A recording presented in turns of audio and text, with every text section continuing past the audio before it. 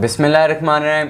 अस्सलाम वालेकुम। 144 news HD से मैं सनाला और आप देख रहे हैं आज मलिक महमूद के साथ। जैसा कि आपको मालूम है कि इस प्रोग्राम में हमारे साथ मलिक महमूद साहब होते हैं, वो सीनियर सहाफ़ी वल तज़ियाकार। मलिक साहब, मैं आपको वेलकम करता हूँ। मलिक साहब, जैसे कि सिंध पुलिस ने अचानक छुट्टी पर जाने का फ़ैसला कर दिया है, इस बारे में आपका क्या ख्याल है? बिस्मिल्लाहिर्रहमानिर्रहीम। शुक्रिया सनाला साहब।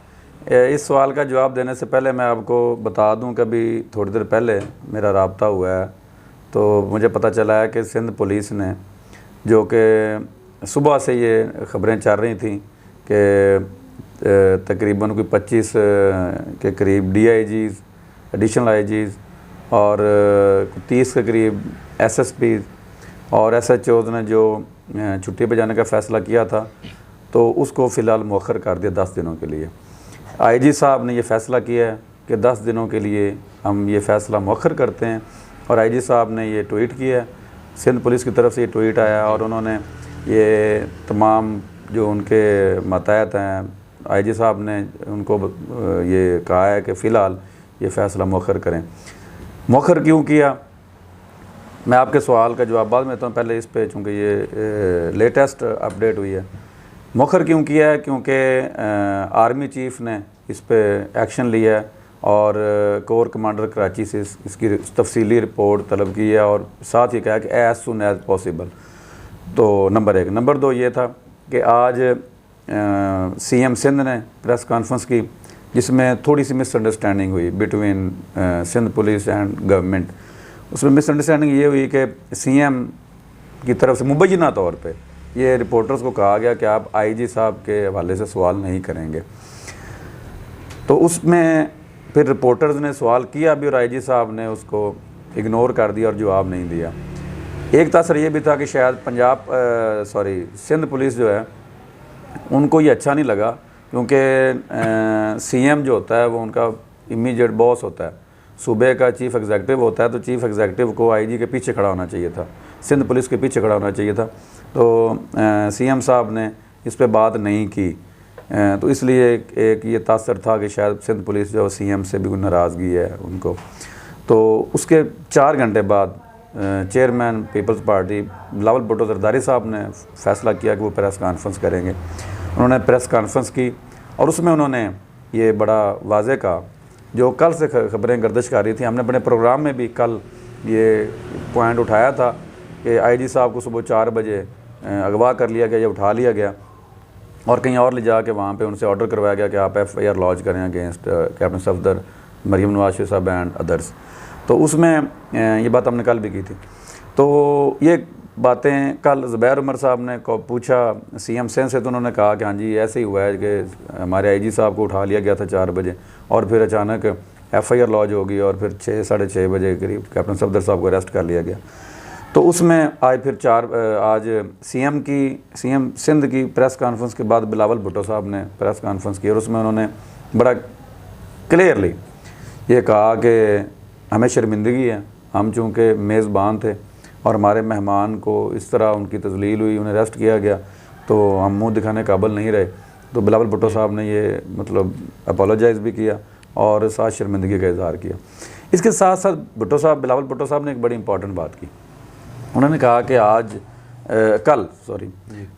कल 2 बजे के बाद सुबह के टाइम हमारे IG साहब को उठा लिया गया, उनके जो रहायश गया उनका गिराव किया गया और 2 अफराद आए और उन्होंने ये IG साहब को जो है वो लेके चले गया किसी जगह पे और फिर FIR लॉन्च हो गई। अब इसमें इम्पॉर्टेंट बात ये है कि अगर कोई इंस्पेक्टर उठाया जाता, DIG उठाया जाता, SP उठाया जाता, तो हम कहते हैं जी कि इसमें IG साहब इन्वॉल्व हो सकते हैं, गवर्नमेंट इन्वॉल्व हो सकती है। अब जब IG साहब भी उठा लिए गए तो इसमें एक चीज़ तो वाज़ेह है कि इसमें कौन लोग इसमें इन्वॉल्व हो सकते हैं या किन्होंने ये काम किया, कोई मामूली बात तो है नहीं। तो इसमें बिलावल भुट्टो साहब ने जब ये कहा और साथ उन्होंने जो इम्पॉर्टेंट बात है वो ये उन्होंने की, उन्होंने आर्मी चीफ से ये दरख्वास्त की कि आप इस पे एक्शन लें, आपको एक्शन लेना चाहिए क्यों, और आप देखें कि आपका जो इदारा है वो सिंध में क्या कर रहा है, तो इस पे आपको एक्शन लेना चाहिए। जिसके फ़ौरन बाद ही कुछ मिनट्स के बाद ही इधर प्रेस कॉन्फ्रेंस ख़त्म हुई है तो कुछ देर बाद ही ISPR की तरफ से ये अनाउंस कर दिया गया कि आर्मी चीफ़ ने कोर कमांडर कराची से तफसीली रिपोर्ट तलब कर ली है। तो इसमें उसके बाद फिर ये तमाम जो थे एहतजाजन Sindh police including IG Sindh, उन सभी ने ये फ़ैसला किया कि वो इस्तीफ़े देंगे। तो जो लास्ट खबरें थीं उसमें 25 के करीब 25 से ज़्यादा DIG और एडिशनल IG और IG समेत कुछ 30 के करीब SSP और दीगर इंस्पेक्टर, और इवन यहाँ तक बात आ गई थी कि ASI असिस्टेंट सब इंस्पेक्टर इसकी बड़ी तादाद ने और SHOs की बड़ी तादाद ने भी छुट्टी के लिए दरख्वास्त दे दी और कई जगह पे वो अपना काम छोड़कर चले गए थे।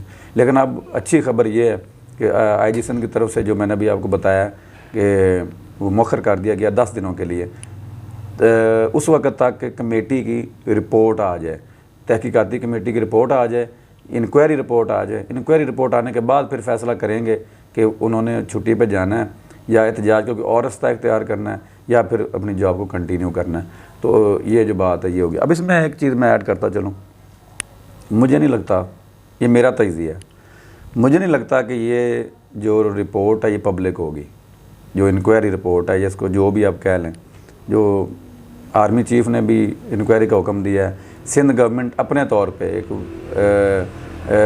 वजारती सतह पे 5 मिनिस्टर्स की वो कमेटी बना रहे हैं, उसकी सतह पे वो इसको इन्वेस्टिगेट करना चाह रहे हैं। लेकिन मुझे नहीं लगता कि इसमें ये रिपोर्ट पब्लिक होगी, इसमें ज़िम्मेदारों का तयन किया जाएगा। मुझे नहीं लगता कि ये बताया जाएगा पब्लिक में कि ज़िम्मेदार कौन थे। ये मैं बात आपको बड़ी क्लियर अल्फाज में बता रहा हूँ कि मेरा तज्ज़िया है, ये कभी भी ज़िम्मेदारों का जो तयन होगा कमेटी करेगी, उनको पब्लिक नहीं किया जाएगा। ये बात ऐसे ही मेरे हिसाब से ख़त्म हो जाएगी। कुछ देर ये बस आज सारे दिन चली है, कल कुछ देर चलेगी और ये बात ऐसे ही ख़त्म हो जाएगी। फिर मीडिया को सेंसर कर दिया जाएगा और ये ख़बर भी शायद दोबारा नशर नहीं होगी और मामला ऐसे ही गोलमोल कर दिया जाएगा। ये इसमें जो ज़िम्मेदारान हैं उनको पब्लिक नहीं किया जाएगा। मैं सब दूसरा ये कि कैप्टन सफदर की गिरफ्तारी के पीछे कौन लोग हैं, इस बारे में आपको क्या राय है आपकी? ये आप मेरे मुंह से सुनना चाहते हैं कि पीछे कौन लोग हैं? किसको नहीं पता कि कौन लोग हैं? जैसा कि मैंने पहले बताया, बात मैंने की कि कोई इंस्पेक्टर या ऐसे सब इंस्पेक्टर, कोई और मिनिस्टर, कोई MP MN अगर अबडक्ट होता, अगवा होता, उसको घर से उठाया जाता, तो हम समझते कि इसके पीछे किसी IG का हाथ है, IG ने की इन्वॉल्वमेंट हो सकती है। अब जब IG खुद IG सरबराह होता है पूरे सूबे का और ये पुलिस में सबसे बड़ी पोस्ट होती है और 22 ग्रेड का ऑफिसर होता है। अब जब IG साहब को उठा लिया जाता है तो मुझे बताएं कि नाम लेने की ज़रूरत है कि किसने उठाया? ये तो बड़ी ख़तरनाक बात है। ये एक आइनी बहरान पैदा हो जाना था। ये अल्लाह ताला ने मेहरबानी की है और मैं समझता हूँ कि आर्मी चीफ़ का बड़ा इसमें अमल दखल है। उन्होंने बड़ा मुदब्बराना फ़ैसला किया है और उन्होंने इस बात को कवर किया, कंट्रोल किया और आइनी बहरान पैदा होने से सिंध गवर्नमेंट को बचाया है, सिंध सूबे को बचाया है और उन्होंने बर वक्त ये कदम उठाया है जिसमें अब इन्वेस्टिगेशन होगी, पता चलेगा। कोर कमांडर कराची इसमें इन्वेस्टिगेट करेंगे कि इसमें ज़िम्मेदारान कौन है और वो डेफिनेटली रिपोर्ट चीफ़ को देंगे, आर्मी चीफ़ को देंगे। तो आर्मी चीफ़ इसमें देखेंगे कि वो कौन लोग हैं। मुझे तो पता है, आपको भी पता है और पूरे मीडिया को पता है, फेडरल गवर्नमेंट को पता है, प्रोविंशियल गवर्नमेंट को पता है, तमाम इदारों को पता है कि वो लोग कौन हैं। अब किसकी इतनी हिम्मत हो सकती है? अब एक आम अगवाकार या आम बंदा तो जाके IG को अगवा करने को रहा, तो सभी को पता है नाम कोई नहीं लेगा और इंक्वायरी के बाद भी नाम नहीं आएगा। तो लेकिन जो ख़तरनाक बात वो ये है कि एक बयानिया जो अपोजिशन का है कि यहाँ पे स्टेट अबव स्टेट जो है वो काम चल रहा है, जबकि गिलानी साहब ने जब वो प्राइम मिनिस्टर थे तो उन्होंने कहा था स्टेट विद इन स्टेट। अब मियाँ साहब ने एक कदम आगे चले गए, वो कह रहे हैं जी कि स्टेट अबव स्टेट। अब इसमें ये चीज़ें जो अपोजिशन कह रही थी वो अब सच साबित हो रही हैं। अब उसमें आप देखें कि ये भी अगर IG साहब को किसी ने अबडक्ट किया है जो कि बताया जा रहा है, जिसमें हकीकत भी है, IG साहब खुद भी इसमें सारा, और जो ये बात ज़ुबैर उमर साहब ने की है, CM की तरफ से कोई डिनायल भी नहीं आया। तो ये तो मैं समझता हूँ बात उस तरफ ही जा रही है ना। अब तो जब IG एक सूबे का महफूज नहीं है तो वहाँ पे मुझे बताएं कि नीचे जो एक ASI है, एक सिपाही है, कांस्टेबल है, हवालदार है, वो कैसे ख़ुद को महफूज तस्वर करेगा। और अगर एक जो अवाम की जानो माल की हिफाजत करने वाला जो मुहाफ़िज़ है, जो चौकीदार है, जब वो ख़ुद को सिक्योर या महफूज तस्वर नहीं करेगा तो मुझे बताएं अवाम खुद को कैसे महफूज तस्वर करेंगे। तो ये चीज़ें बड़ी ख़तरनाक है। इस तरह अगर जब आपकी इंटरवेंशन होगी दूसरे इदारों में तो इस तरह आइनी बहरान पैदा होगा। और जब जिस दौर से पाकिस्तान इस वक्त गुजर रहा है तो इस तरह की चीज़ें हम अफोर्ड ही नहीं करते।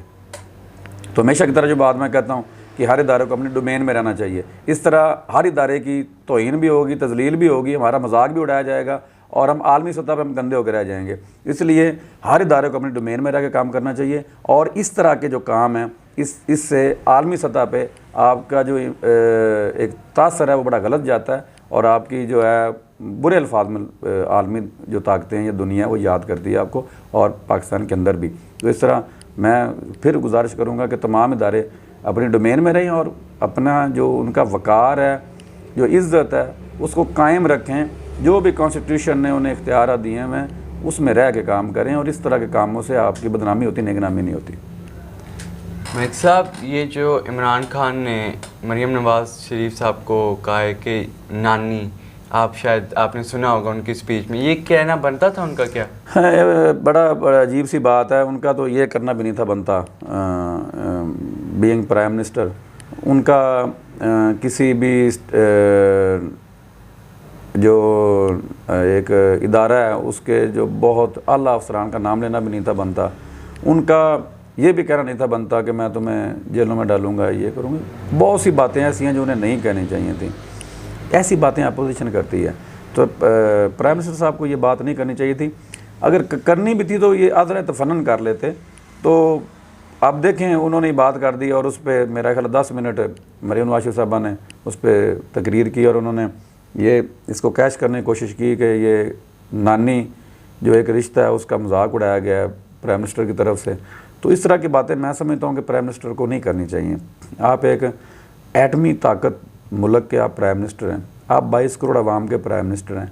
आपको एक एक स्टेटमेंट, एक एक लफ्ज़ उस पर आपको फूंक फूंक के और उस पर सोच समझ के उसको बयान करना चाहिए। आपको पूरी दुनिया देख रही होती है, इस तरह के बयान देने की ज़रूरत नहीं है। आप गवर्नमेंट हैं।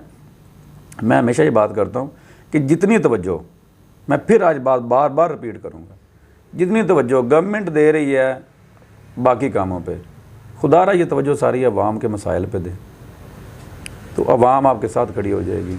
आपको ज़रूरत ही नहीं पड़ेगी कुछ करने की, ना ऐसे बयानबाजी की, ना किसी और चीज़ की। बाकी आपको ये एग्रेसिव जो है लाइन छोड़नी पड़ेगी, आपको सॉफ्ट लाइन लेनी पड़ेगी ये मुल्क को बहरान से निकालने के लिए। हम बहरान अफोर्ड ही नहीं करते।